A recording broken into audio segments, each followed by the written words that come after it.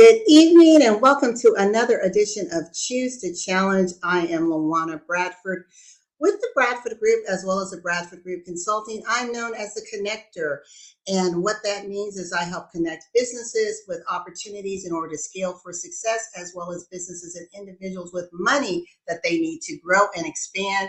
And what I love so much about this particular platform that I'm on, it allows me to bring experts who have certain messages that challenge us with our mindset, challenges systems, institutions, norms that are preventing us as women from elevating and expanding to the best and highest version of ourselves. Today, we're going to be talking about mental health.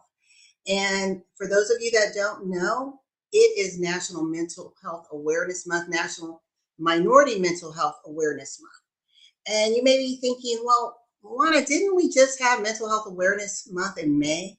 Yes, we did. But it's also important that we have a targeted focus on minority mental health. Why? Because Black and Brown communities have taboos, have stigma around mental health.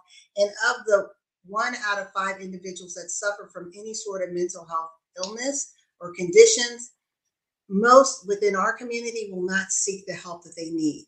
Also, our ability to have therapists that look like us, our access to care is a little bit disparate. So it's important that we have this conversation. And I have a special guest who's coming on, Teresa Wright Johnson, who I'll bring to the stage in a moment. But before I go and introduce her, I want to salute our sponsor, which is the Celebrate You International Women's Conference, which will be held July 22nd and 23rd. And if you're wondering, what is this conference all about? I'll let Marva Riley, who is a registered nurse and also one of our speakers, tell you a little bit about it.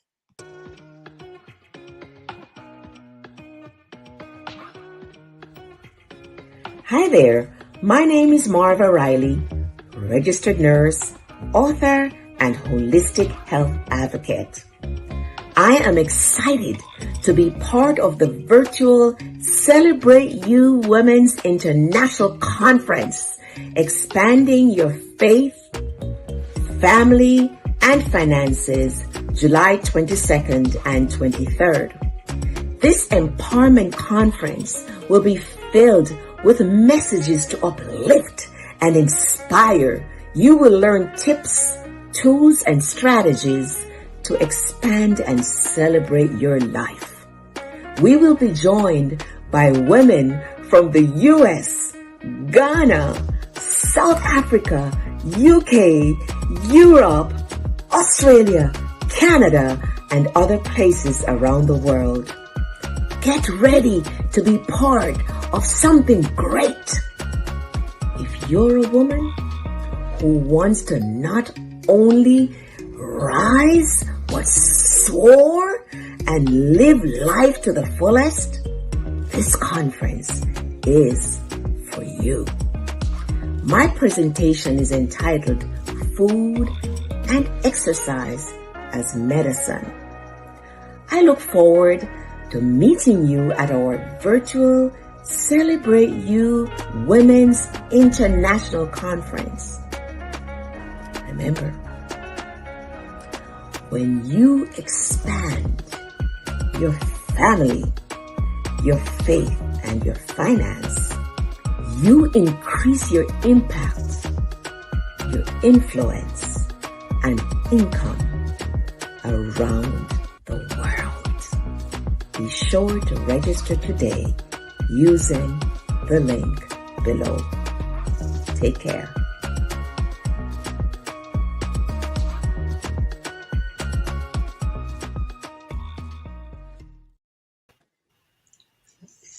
Well, welcome, Teresa. How's it going? Great. It's doing wonderful. Thank you so much for having me. Well, for those of you who do not know who this amazing woman is, I cannot believe we've known each other for over 20 years, Teresa. Where's the time gone? We look so good for that 20. Well, today we're going to be talking about mental health matters and navigating the workplace. And Teresa is a mental health advocate. She's a connector. She is a community connector, and in her mental health advocacy, she fights for communities, families, and children. She is the CEO of TWJME, and which stands for Teresa Wright Johnson Multiple Enterprises. She's a certified parent support specialist. She's into and an advocate and a trainer for adult mental health first aid. We're going to get into that. So yes, there is such a thing as mental health first aid. She's a trauma informed care specialist, as expert on domestic violence. She is affiliated with the National Association of Mental Illness, Mental First Aid, the National Federation of Families for Children, and much, much more. This woman is moving and shaking on the national stage, and she has an amazing message for us today so that we can be aware, shift the narrative as it relates to mental health, particularly within our Black communities. Welcome, Teresa. Thank you. Thank you. I know it's a mouthful, that TWJME. My kids say, they like, it reminds me of alphabet soup. But you have to embrace your whole self. And that's with anything. And Minority Mental Health Awareness Month is about embracing us, people of color, Black and brown people, and understanding mental health. Well, I'd like to talk a little bit about that, because we know within our communities, there are some stigmas, there are taboos.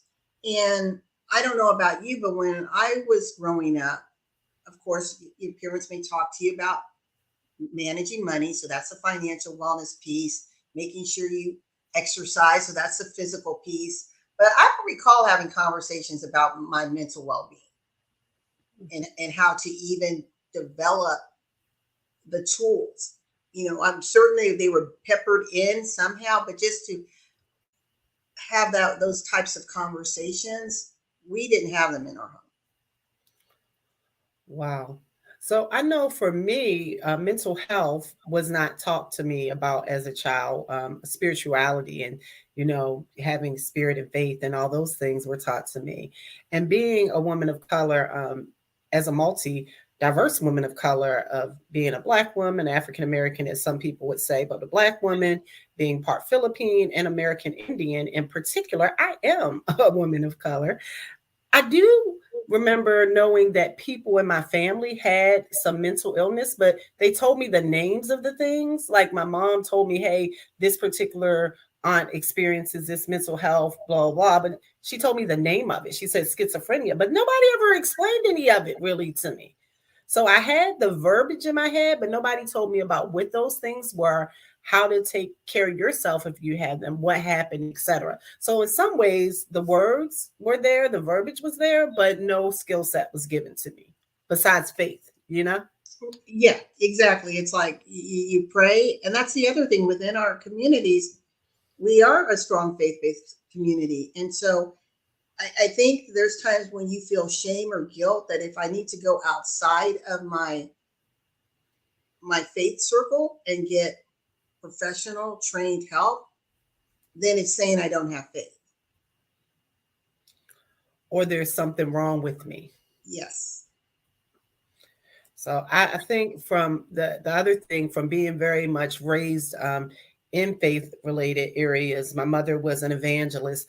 I remember prayer being a thing. And, another thing that came across, just being honest, is if someone had mental illness, it was something wrong with them. It might have been, it was a bad spirit or demonic, all these other little stigma things that come along with it that are not true. And that's why Minority Mental Health Awareness Month is important, because we want to break those myths and get people the supports and the information they need to understand that mental health is a part of your whole health.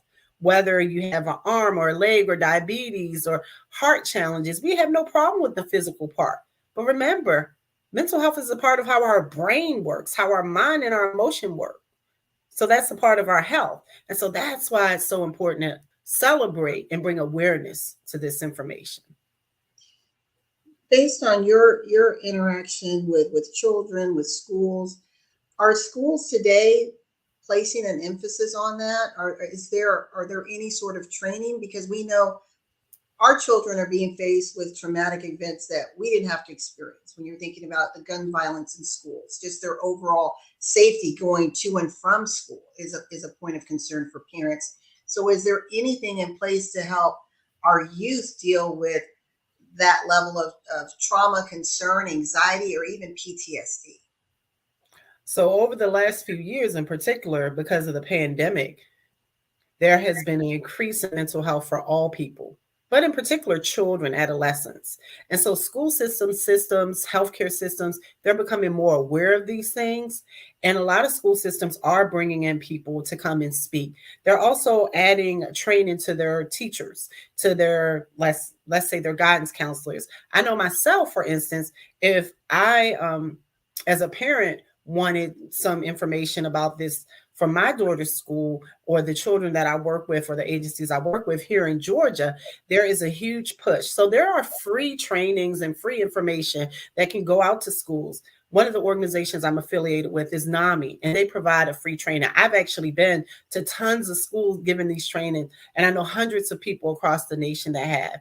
So yes, there is more support for those children within the school, but are we making sure to get that information home to the parents? Because children are experiencing more suicidal ideations, which are thoughts, and also attempting suicide, more depression, more anxiety, all these things. So it's great that we get in the schools, but then making sure those parents have that information. So some organizations, many are offering some support, and there's a lot of information out there for youth and families, because at the meantime, how do the parents understand how to support their kids if they're not in the schools?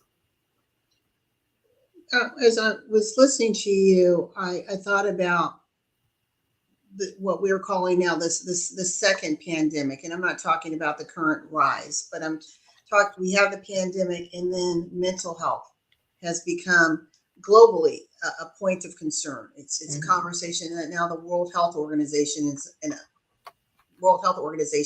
and other health departments are having conversations around. And I'm just wondering your perspective, because individuals who may have had some mental health challenges prior to the pandemic may have exacerbated that, or individuals who never thought that they had any mental health concerns suddenly found themselves dealing with things like stress, anxiety, sleeplessness, other things that bubbled up because of this isolation and restricted environment, and just overwhelming death that we found ourselves faced with. What are your thoughts about that? My thoughts are, I can understand that, because not only do I do this work, I'm someone that has experienced depression before. And had I not had the training and I had the resources I had in supporting other people, because all of us still had to work, right? Many of us still had to go on with our lives. Or you were a parent at home like me, running my home office and being the principal of the virtual school for my kids. So my thoughts are that it is very important, and we did experience, and we are still experiencing, this second pandemic. Not only that, resources are kind of scarce. So some people are not understanding. More people are now saying, you know what? My mental health is impacted or has been impacted. I need to talk to my doctor and I need to get some help. But guess what? They're not able to find a therapist, because now the system is oversaturated with people needing help because they have lost loved ones. They've lost paychecks. Hey, some of them decided they didn't want to go back to work because maybe they're scared of the pandemic, or, health issues, or they love the life they have now, or they're torn. So right now, a lot of people are experiencing mental health challenges, and it happened more during the pandemic than other. And in particular with youth, youth are experiencing that high rate. And a lot of times we forget about our seniors. What about our seniors? They're having to be in a new world and deal with this pandemic, deal with mental health, deal with financial situations. So it is not impacting just a certain demographic. It's impacting children through birth. As a matter of fact, I just started working as a maternal mental health instructor. So what does that say? Before the baby even comes into this world, there's an impact. So it's just so much going on. And we just have to get the information and the knowledge out there for all people, but in particular for BIPOC people. And people say, what is that? That's, it's Black, Indigenous people of color. We got to get it out there because some people knew how to get the help or know how to get the help and others don't. And we need to get more therapists and people in the workforce that look like us, that understand us. Yes. And that's the challenge, is having those pipeline programs, getting people interested in that line of science and in therapy, and then having the pipeline programs to get them in the particular fields to be that resource that we need. And what you said is very frightening. The resources are limited. And I was thinking about just from representation, but from a global standpoint, you're right. If there's more demand on the system because of the pandemic for so many reasons, and then you're coming in and saying, I need someone to talk to, it's like, get in line with everyone else. And that's very frightening. And I was talking to an individual last week, and I actually had to literally talk her off the ledge. She had a situation at work. It was a high achiever, just a really brilliant individual. But this year has been a very traumatic year for her. She lost her mother-in-law, lost her father-in-law unexpectedly, still just being there, being present, showing up in excellence at work. And a situation happened where you never know who's for you or against you until they show their true colors. So she realized that her team, she thought this was this collective unit, everyone's working together. Well, their goal was to pull the rug from under her. And she called me in hysterics because she was asked to come to a meeting where she thought she was just speaking with a client. Ends up, not only was she talking with the client team, so not just one, the team, but they also went to her superiors. And so she had executive leadership in the meeting, and they were just badgering her and saying what she wasn't doing and she wasn't showing up, just all of these untruths. But she's a person of one, and on the other side is this team against her. And when I was talking to her, you could hear the anxiety, the stress. I mean, she was crying where she was like hyperventilating, that type of uncontrollable crying. And I had to tell her, Teresa, I said, I'm going to be on the phone right now. I need you to call someone. I need you to get medical assistance now. Because she's like, I don't even think it's worth doing this anymore. And I'm like, doing what? She's like, it just doesn't seem like being here even makes sense. Fortunately, and I'm so glad, I followed up with her this weekend. I'm going to follow up with her today. The next day, she was able to get an appointment. She has another one this week, and she's going to ask for them to write, I guess, a pass for her so she could take off 3 or 4 weeks for her mental well-being. But I was, I'm thinking about when we were doing the mental health panel. I'm like, oh my gosh, what did they tell me to do? Because I heard it in her voice, and I thought, I cannot hang up this phone. I just cannot hang up this phone without knowing she's connected with someone who can guide and help her. Wow, that has to be. I'm glad that you were on that mental health panel because you understood, you heard a cue. You were like, okay, I hear something that doesn't sound right. And that's the important thing about all of this, is making sure that we're learning information, not only for ourselves, because listen, this might not be for you. I've had many situations where it's been for someone else. And had it not been for the training that I had, it would have impacted really close family members and friends. So I think that that's important. I heard you say something, though, a few things. One, you told her, you are not getting off this phone until we find somebody for you. Like, you need to talk to somebody. And many people feel like, you know what, I might not have insurance. I might not have the time to access a therapist. How am I going to find some help right now? No matter where you're at, there are hotlines that you can call. There are places that you can call to get assistance and get support. So I love that you told her that. And then it sounds like she actually did go find support. You supported her. You didn't make her feel like, you didn't say, no, you shouldn't do that. No, why are you feeling like that? Because that would just bring a person down more. But to have an empathetic heart and hear and listen to someone and say, okay, I hear you. How can I be of assistance? And I love what she said later on. She got a therapist. She has another appointment, but she said, I'm going to go and figure out how to get a letter. Because guess what? If my heart was hurting, if my leg was broke, if I couldn't walk, if something was impacting me that I couldn't physically work, I would get a letter from my doctor. But we Exactly. forget that we can get FMLA. That's a federal program for yourself to take care of you if you get a letter from your doctor. And similar to you, I had a friend like that years ago, and I told her, I said, such and such, you can get FMLA. And she took off every Friday for a few months to deal with her mental illness. Yeah, that's brilliant. And Teresa, sometimes people you don't know what you don't know. And that's why creating conversation where we are very comfortable talking about mental wellness has to happen. And let's take a deep dive into navigating the workplace, because I know you have some concerns that you want to bring to the surface. So I'm going to turn it over to you and share with us what you want us to know about navigating our mental well-being in this crazy caustic work environment that many of us face, whether it's in corporate or even as entrepreneurs.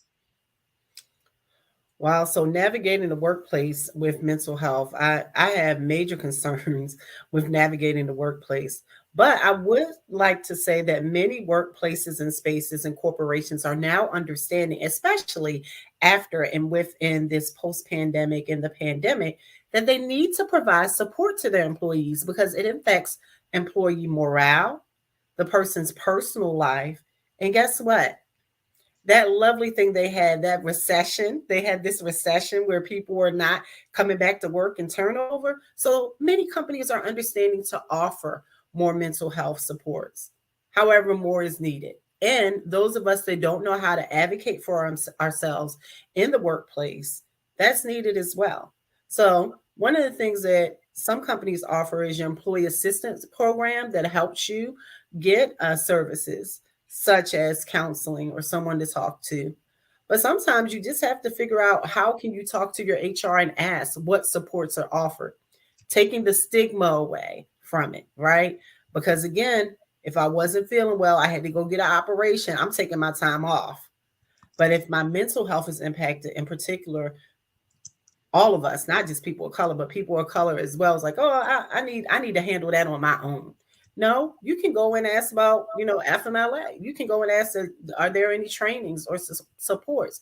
My concern is some companies ignore it and then tell people to just keep working, right? And everything supposed to go on the way it was going on. That's not going to work. Many people are having challenges. I could say recently during the pandemic, I was working for a mental health agency, okay, full of therapists and people. Not one time did they mention the word self-care, like where they were going to do something for their employees. But you're telling me to go and give self-care, teach self-care, because of course, being mental health, I teach self-care to the parents and the people that I work with. And I had to ask one of the higher ups, I said, well, when are y'all going to do something for the staff that's working with hundreds of people that have mental health diagnoses? That's the other thing. Many of those people that are dealing with and working with and supporting people with mental health, they're not sometimes getting the services they need. So it's not just typical corporate America, it's everywhere. And what can we do to better assist or support? One, get the knowledge and information that we can talk to our HR departments, our managers. But first, get rid of that stigma of needing help for mental health. And the best thing I could say is, you can't manage all your time at work, right? Some of the things they're going to tell you can't do, or they don't have time for it. You got this quota, you're that quota, and they don't have time for all of the services. Maybe they can give some of the services, but on the flip side, make sure that you're incorporating some mental health in the day for yourself. So my concerns are more organizations and companies need to make that a protocol, just like any other training. You remember when we started job, we have to do all this ethics training and we have to know how to run this system and that system. Guess what? The number one system that's going to have to run right is me. ME, us, because without us, y'all can't run your systems, because you're learning this now, corporations, businesses, because of this great recession. So if you want to employ, empower, impact, and inform your employees so that they can be the better run system, you must invest in mental health training, supports, guidance, all those things, because that is a part of personnel training. That's what it goes back to. Did I tell you I used to be a headhunter? I just remember that. But yeah, I think that that's what I want to say. And that there are a lot of free services. So employers don't have to say, there's nothing out there. NAMI, for instance, the National Alliance on Mental Illness, you can go online and get a lot of their trainings. So you could send your employees there online. Mental Health America. Many of these organizations have free trainings for individuals from children to adults to seniors. Well, let me ask you this question. So just like we have a first aid kit at home, you teach mental health first aid. Can you help us understand what that is? Can anyone go to this training and receive certification? What is it, and how can we become certified if that is an area of interest? One moment, I'm going to grab something right on this desk.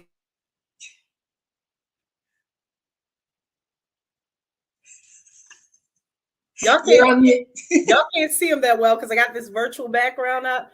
But this is Algie. His name is Algie. And he has our mental health first aid little shirt on. And so, yes, mental health first aid was created many years ago. And this is very important because I've used this mental health first aid on myself for other individuals, but on myself one day. Mental health first aid, it was a husband and a wife. One was a physical doctor, like a medical doctor. One was more into psychology. They said, you know what? We need something just like CPR for mental health. They created mental health first aid. You can find mental health first aid trainings almost everywhere. It started in Australia.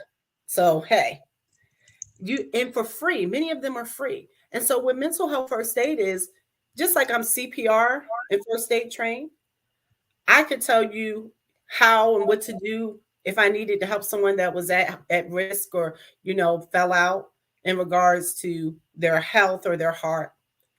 Mental health first aid is going to tell you what to look for, signs and symptoms of someone's mental health. Just like first aid CPR tells you signs and symptoms of heart attacks or if somebody has hurt themselves or injured themselves. So in mental health first aid, they're going to teach you, what does depression look like? What does anxiety look like? LaWanna, remember you heard your friend, something didn't sound right. You felt a sign and symptom of that person might possibly be depressed or may try to hurt themselves. So that's what mental health first aid does. And it's so, so important to try to get that training if you can. You do get a 2-year certification, just like you do when you go to CPR and first aid training. I'm a national mental health first aid instructor myself, and my husband and I actually teach mental health first aid and first aid together because he does first aid and CPR. So I think that that's so important because it's not always for you. You could hear something in a family member. I heard something, a very close family member recently, and it was information that was going to hurt them if I hadn't known the signs and symptoms. And so that's what mental health first aid is. And I'm going to tell you, it's not a little play kind of training either. It's an 8-hour training. So you have to commit to those 8 hours.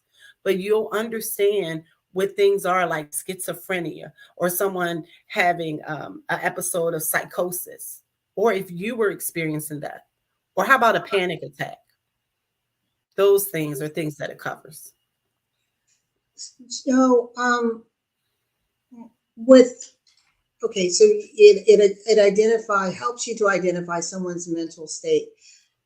Based on your knowledge and experience with our first responders, law enforcement in particular, do you know if states and local governments are incorporating this type of training in their overall training? Because we've heard on the news, especially in Black and brown communities, someone has been unfortunately killed because they thought that they were a risk to the community, and they weren't. They were just in a mental crisis, right? But rather than understanding it,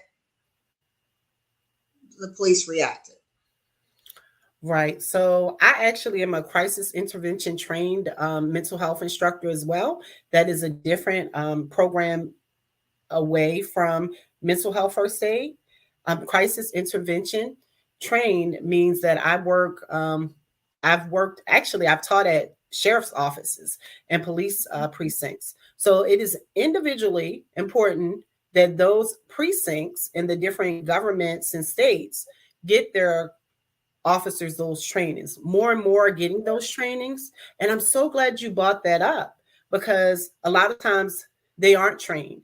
And from being someone that has trained officers and been in many trainings with officers, they just don't know that. And so people have to realize, don't assume that they know what it means. I've been a family member that has had to call for police services or emergency services. And unfortunately, they didn't know what's going on. I would like to say too, though, that mental health first aid does have a training that I also am certified in. See, and it is mental health first aid for first aid responders and officers as well. So many of them are now starting to get the training, because just like everything else, we're learning that people are having more and more episodes, and a lot of times they're getting called based upon someone's mental state, right? So they need that additional training and information.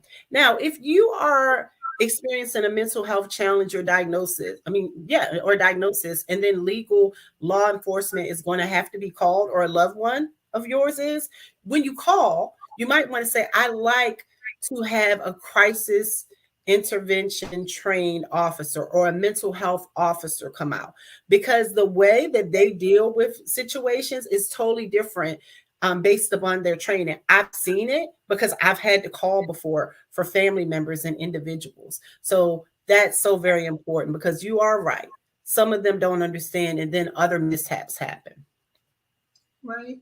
So with the training that you offer, so the mental health first aid training, do you, and I don't know, is it like state specific, or are you able to train anyone in any state? I'm a national trainer, so I can train anyone in any state. And a lot of the things that we are doing now, some of us do virtual trainings, but for myself, I can train in any state. Okay. And if someone is watching and saying, wow, I want to get trained, do they reach out to you? Is there another organization that they reach out to get more information on how they can be trained? Yeah, they can reach out to me, or reach out to me and I can send them a list if they're interested of how to be trained. Or of course, I can also train them depending on what they want to be trained in. Or if they want to go somewhere local, remember I said I do this nationally, it might be a local trainer in your area. Or you might want to set up a training for a company or for your church or whatever. It could be myself or someone else that comes out to you. So there are so many different ways and avenues to do that. Wow, that sounds great. Yeah, Teresa, I cannot believe we're almost out of time. I'm going to take us on one commercial break, and then I'm going to bring you back up, and so that you can speak to our audience, share any information that you want regarding taking control of our mental health. We know that mental health matters. We have to be a part of the conversation in order to see and affect change. The first change starts with us, and then it spreads it spreads outwardly. So here we go for our commercial.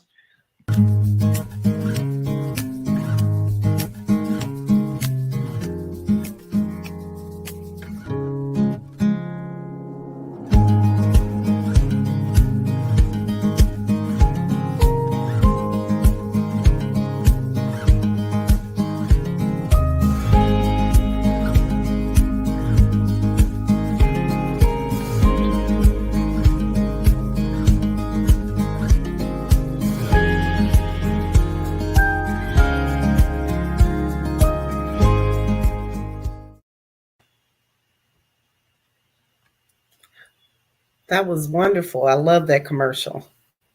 So I guess you just put me back up here and it's time for me to speak. That's not a problem for me. Thank you again, LaWanna, for having me for this wonderful topic on mental health minority awareness month.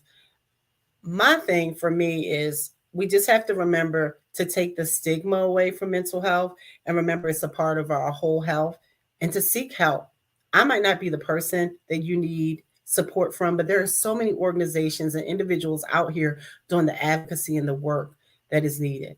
With the lives that we live prior to the pandemic, many people were experiencing more mental health challenges already. There was already a crisis within the mental health workplace, not having enough providers, in particular for people of color that could relate to us, our experiences, our lives. And it's just gotten bigger. But remember, before the pandemic, many of us were just kept going, kept going, kept going, busy, busy, busy lives, maybe not being able to pay attention to our mental well being, our mental health. And then COVID happened. Some of us got a break. Some of us experienced tremendous losses, stresses, and challenges. And if you need help, seek help.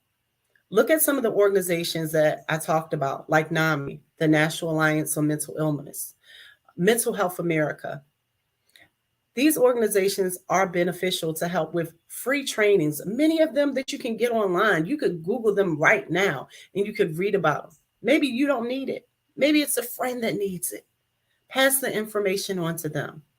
I'm not just saying these things as a mental health instructor, as a life coach, as a parent that has a child that experiences mental diagnosis, but I'm saying as a person that knows what depression feels like, knows what it's like to have those family members and friends that need help. But most of all, I'm saying it because I know how much all these trainings have impacted my life to make it more easy for me to just be able to see if there's a challenge for myself or others, but so that I could go out and help other people. And my goal is that I not alone can do this work. The more that we help each other, we're helping other people.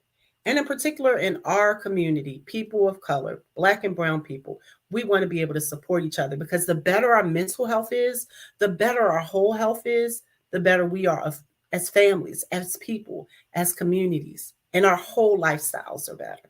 So I encourage you to reach out to me if you're needing any mental health trainings, if you need someone to come and talk about being a parent of a child with a mental health diagnosis, if you're needing someone to talk about how mental health is impacted, maybe for some of those of you out there that might be experiencing things like domestic violence or poverty or losing children. I've experienced that all, and I know that there's help out there for you. And as an advocate, that's what I care about.